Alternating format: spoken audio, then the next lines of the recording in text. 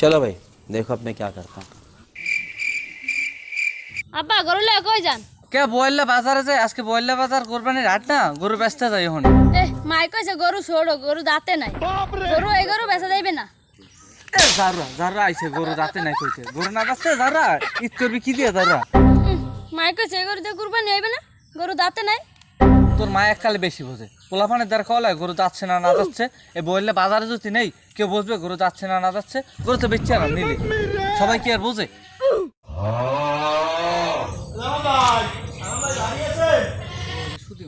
মজিদ ভাই এ এটা গরুর দ্বারে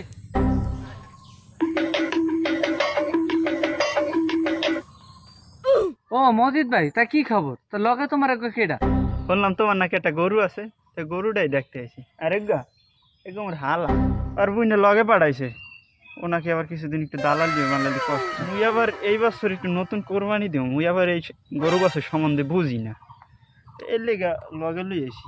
হ্যাঁ সুদের কাটা টাকা হয়েছে না কোরবানি দেবো নাকি এইটা আমার গরু আব্বা গরু তো দাঁতে নাই। সালাম ভাই বলা কি কয় কি কইলো? যারা আর কি কয় যারা নাকি লাল জোতা লাগবে যারা কোশ্চেন আইনা দিম আর মাল্লান খালি বেশি কথা কয়। আমার আবার কেডা কি কয়? আরে না তোমার আবার কেডা কি কয়? তোমার কিছু কই না। ও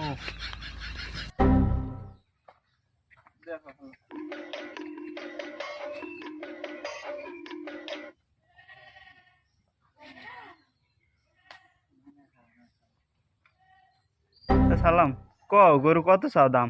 তো মজিদ ভাই তোমার লগে আর কি দামাদামি করবো নেট করছিলাম বাজারে 80 হইলে দিয়ে দেবো।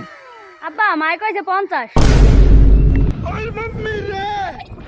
কইছি না দিন 50টা বল কেনার লেগে খালি বেশি কথা কষ্ট তোর মাল্লা হান জান তো স্যার না দুলা ভাই গরুর তো দাম নেই।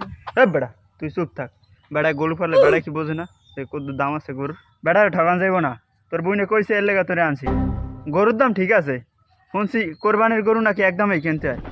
এর লাগি এই গরু আমি একটা টাকা দিয়ে নেবেন।